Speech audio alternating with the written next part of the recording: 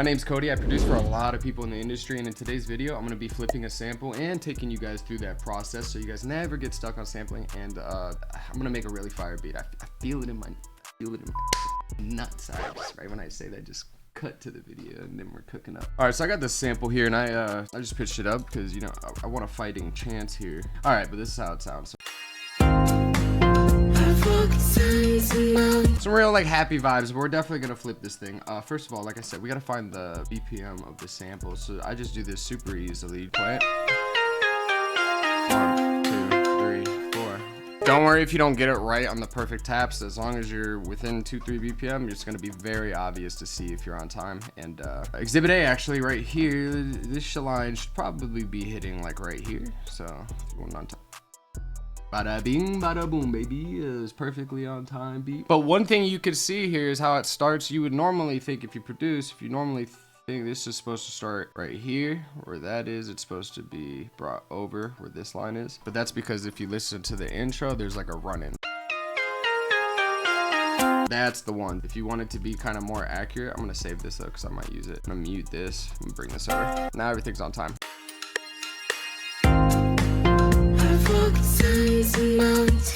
Boom, right there. So we got something started already. I'm gonna throw this on the mixer and just start EQing it already, because I don't want a bunch of low ends in here when I throw drums on. But there's a section I want. I think it's right here.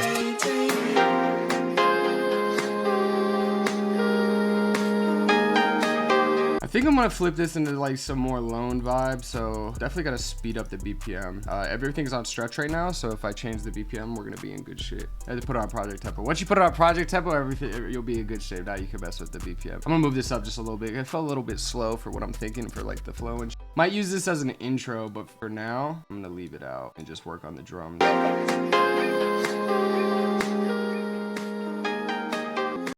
Down one.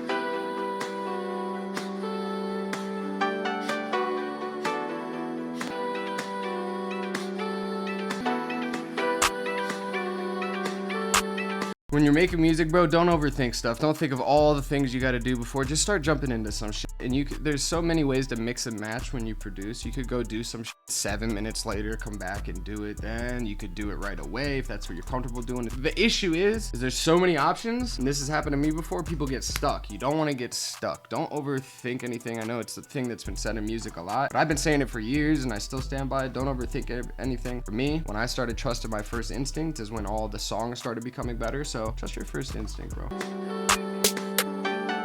Oh, for this video, I'm going to be using my Armor Core drum kit. This baby is 99.9% done, and I got a beta version here, as you could see, and I'm going to be putting this out for free for everybody. But if you get this video to 7,000 likes, I'll send some people the full version of the kit. Now, that's the first video I'm doing that, the full version of the kit. So just let me know if you like the beat in the end or not, or whatever, and I'll pick some people.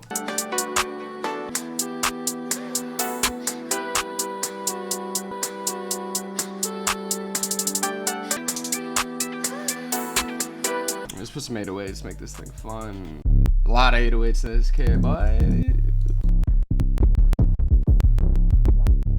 I need an 808 with some girth and tonnage.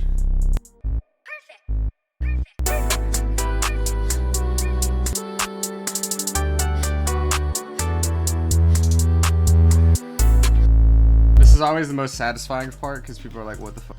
And then you just drop it all down, and then...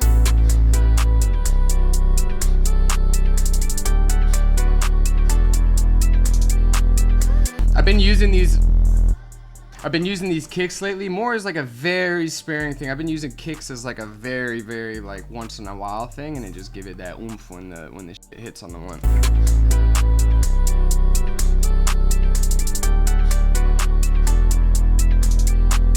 Like a little roll.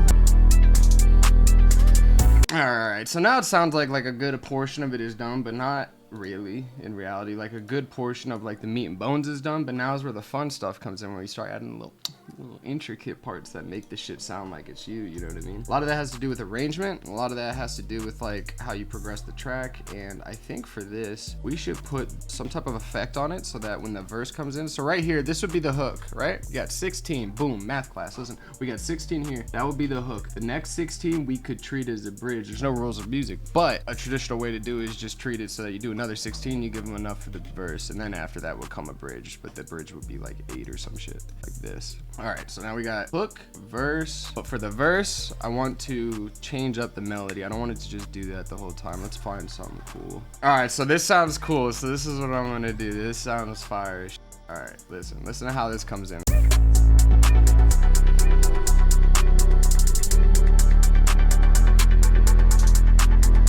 But obviously the sample is beautiful in and of itself, so I want to kind of make that have its own thing, and I want it to start that way with like how the sample is already, and then maybe taper it off into the bridge when it goes into the verse and it does go crazy. I'm getting ahead of myself. Let me just show you so it's not confusing.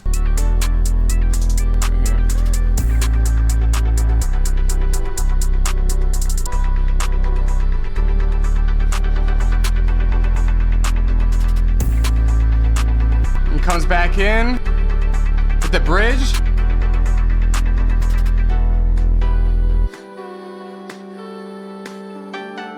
All right, listen, this is just like being a little meticulous here, but I'm gonna have it where the little delay fade effect thing just fades off really subtly instead of just being abrupt like that. I'm gonna have it do it like subtly lean out, like wane out. Right? It's too fast. Should be good here. Now we got the meat and bones of a track done. Listen, we got 16, we got another 16 for the verse, we got 8 for the bridge, we got 16 for the hook, and then it just repeats. You know what we don't have? You don't have to have an intro, but like I said earlier, let's definitely have an intro. So this works perfectly as an intro, like this.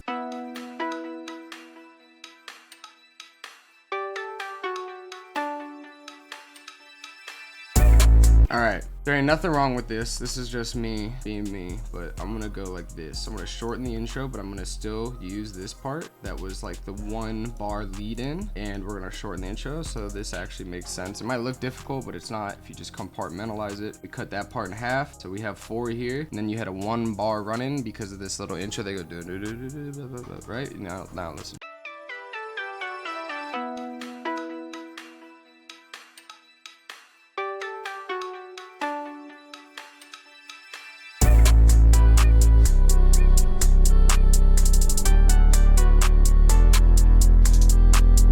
The last thing I got to do to bring all this together and make everything just really cohesive is a bunch of just risers, a bunch of sound effects, things that piece together those sections that I was talking about. You feel me? The 16, the other 16, the 8. You want to bridge them together like super seamlessly. You don't have to. This is all at this point just extra credit stuff because the beat's gonna sound fine whether you play like this or not. But I try to be a little more meticulous and give my shit that signature sound so people know it's me without having to hear the tag, even though I have the tag on it, but I want people to know it's me regardless, so you know what I'm saying? And then this kit is so crazy with this. Everything's time stretched, so as soon as you bring it in, you don't got to do anything else. It's just automatically ready to go. See what I'm saying?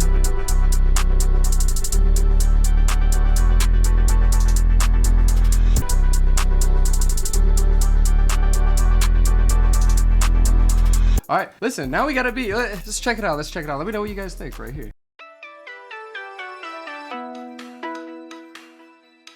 Yeah. Ready?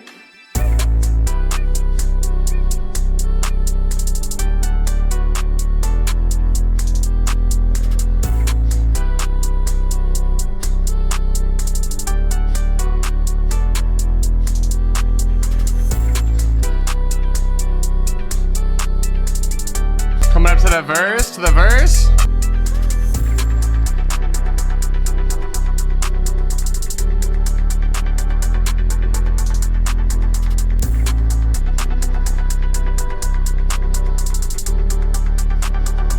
Boys, that's how you flip samples. If you guys want to know, it's way easier than people think. It's just more about the fundamentals, not forgetting them, and being creative. So I love you guys. Hope you guys liked the video. If you do, drop a like. Get the video 3,000 likes. I'm gonna set a bunch of commenters. The Armor Core drum kit. Holy shit. I didn't speed this up at all. I'm moving. Yeah, I love you guys. Bye.